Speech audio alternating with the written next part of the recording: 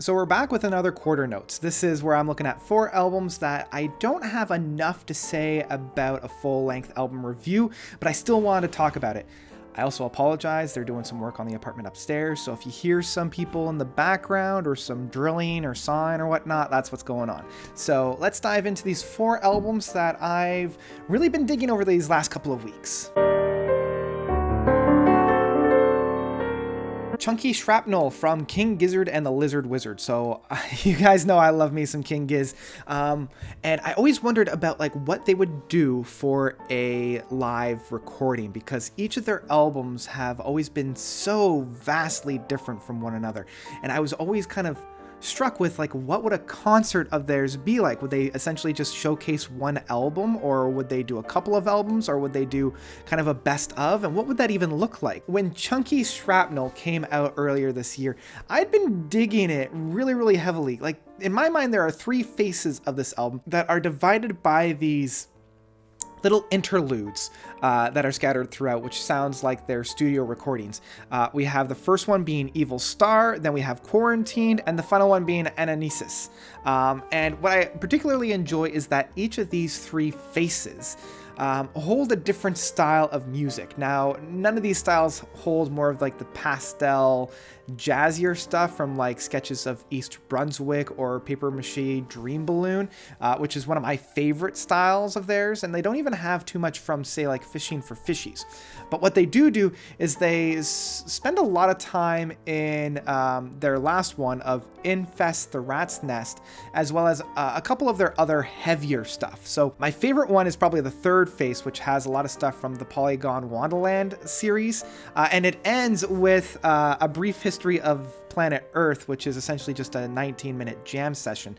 I feel like this jam session doesn't really warrant the length, because I don't feel like it's not a medley. It's not a like everybody's taking turns doing their own thing kind of thing. It's just kind of a drawn out part where nobody really wants to end the track. And even though it's a lot of fun, I don't feel like it justifies the runtime. And I wish that they kind of put something a little bit more tangible as the ending piece. That's just my own opinion about that. I'm sure that if I were there in concert in person, I probably would have had a very different experience and different opinion about that, but that's just kind of where I am.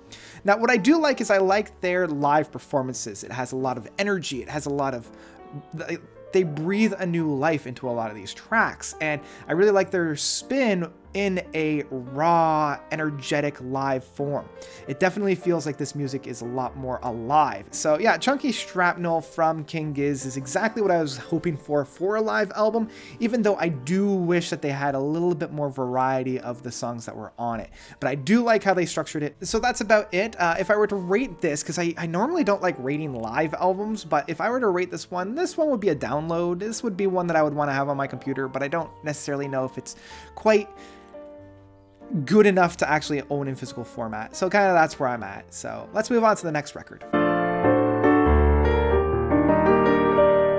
So the next record is actually one that a fan sent me, and I love the album cover itself. It's brilliant. This is the Bloody Mallard, and I think that's how you pronounce it. This is their album Realm. It's one of those, like, if you want to get an album reviewed by me, send it to me in a record form, and I will 100% review it, because that's kind of what I'm doing here. These guys are a lot of fun. They're mainly, they are an instrumental band, and what they do very well is they ride the wave between rock and metal, because it's a little bit heavier than your traditional rock or heavy rock, but it's not quite 100% straight up metal as well. There's a lot of heavier moments on it for sure, but they never get into the like blast beats or overly there's that word again. There's a lot of different influences on this album as well. You're feeling flavors of like the traditional progressive rock bands, such as like Pink Floyd or even like King Crimson a little bit, but you're getting a lot of modern stuff as well. And at no point do I ever feel like it's ever derivative. I never feel like they're just copying somebody else's flavoring. One of the things that I do like is how well they're able to build up a song and build up to a chorus. I felt like they were doing that very, very well. I will say that they probably overused the buildup of like a rhythm of just the dun dun dun dun dun dun dun dun dun dun dun dun kind of thing where everybody's kind of flowing it. Like that's something that Thank You Scientist does a lot. So I felt like these guys were using that a lot. And there was a few moments where they kind of reuse different techniques and different styles, but not as a callback, but much more as maybe a crutch a little bit, just to get us from one idea to another.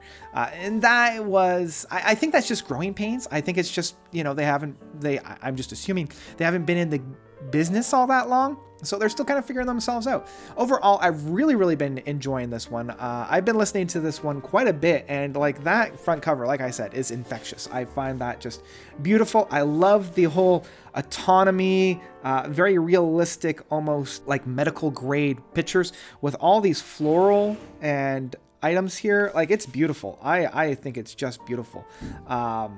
So yeah, this one definitely gets the seal of approval. I would say pick this up in physical format. I really would. I think it's great. I think the boys did a really great job on that one.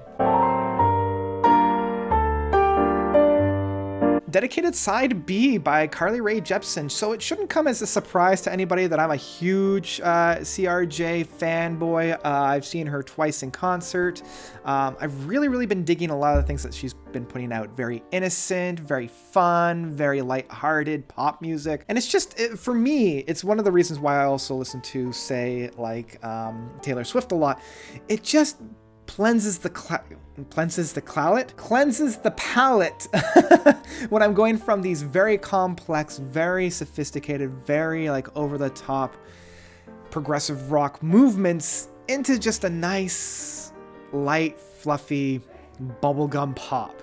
And I really enjoyed Dedicated Side B a lot more than the original Dedicated. I felt like the original album was fine, but there wasn't anything like really banging on it. Like there was no staying power. Or at least with this, we've got a couple of tracks that I really like. I really love This Isn't Love and This Is What They Say. I also really enjoy Let's Sort the Whole Thing Out. I thought those were really fun. And the last track of Now I Don't Hate California After All, it's got this really fun groove to it. And so yeah, I really enjoyed Dedicated Side B. It's fun, it's poppy, you know, it's got a little bit more of a pep up in the step than the original did. And this one is definitely one that I would pick up in physical format. That's my rating for this one. I would have no problem picking this one up because this one is the perfect time to have on a record, and time as in like run time. And this would be a great summer jam for me. Like I know I'm going to be listening to this throughout the summer for sure. So yeah, it was a great time, and yeah, really good if you're into like this kind of dreamy, fun pop that's not too heavy, that's not too loud, that has enough variation in it to keep you interested and excited for the next track. Yeah, give it a spin. I definitely enjoyed it. City Burials by Katatonia. Okay, so this is my first endeavor with Katatonia, which is odd. Like, I thought I'd listen to these guys a lot, but nope. I went through their back discography and I'm like, I haven't heard any of these. So this is my first foray into Katatonia. And it's good. It's good. It's not necessarily my first choice when I'm coming to like progressive metal. In my mind, these guys are kind of like a melodic, mellow, hard, dark, heavy kind of an approach. And I know a lot of those are like counterintuitive or like contradictory, but these guys make it work. Like the lead singer has a beautiful voice. The one thing that I find with this voice, and this is something that brought me out of the music, is how, I'm trying to think of like the best way to put it, lackluster or lack of emotion it is. And I know that's the point. Like I know that this style of singing goes very well with this style of playing, where it's a lack of emotion, or at least very apathetic, I think might be the best word for it. Like there's this lack of any kind of oomph, you know? And for me, that's one of the main things that makes me turn off of music. Like that's part of the reason why I just could not get into the grunge scene. I find like if you were to do this style of music, I would like to see it in a little bit of a longer drawn out style, where the songs are into the 8 or 10 minutes, where I can at least get into the groove style. Like the rhythm section is so very important with this style of music. And I just didn't quite feel it all that well in this particular album. Now, that's not to say that this album's bad by any stretch of the imagination. I still found myself enjoying it. There are many points on this that I did find I was getting into. Like, I really like Neon Epitaph, the third last track off this album. It was getting into the grooves a little bit. I found myself getting a little bit more invested into it, but it did come a little bit later on.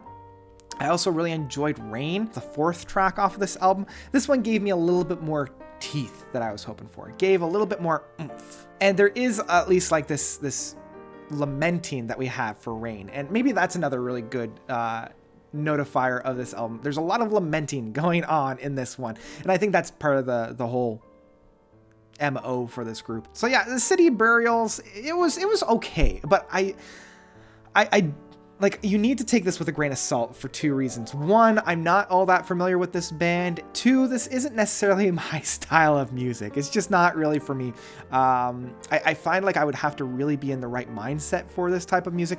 And right now, I am not in the right mindset for this style of music. So maybe if I leave it on the shelf and come back to it, maybe in like a year's time, I might get a little bit more out of it. But from where I'm at right now, yeah, this one for me is leaning between a skip it or like a stream. And so I'm gonna leave it with a stream because I still think that there's enough on here for like fans of the band, because I know that a lot of people are really digging this album. Like, if I were to recommend myself this album, I'd say don't worry about it. You're not missing much. That's just advice to my own like past self. So that's about it. And that's about it. Those are the 4 albums that I'm covering today. I hope you guys liked it. What other albums would you like me to see? What other albums would you like to see on this particular segment? Let me know, comment below. And yeah, that's about it. Thank you guys so much for watching. As always, you guys are definitely the best. And until next time, notes out.